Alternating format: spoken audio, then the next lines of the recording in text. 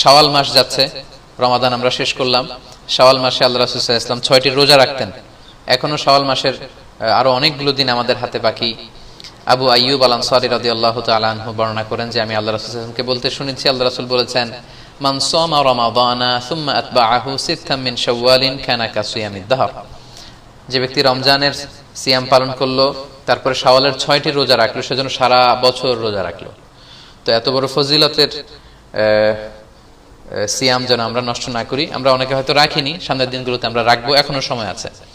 এই শাওয়ালের রোজা আপনি একসাথে 6টা রাখতে পারেন, কিংবা ভেঙে ভেঙে আপনার সুবিধা মতো রাখতে পারেন।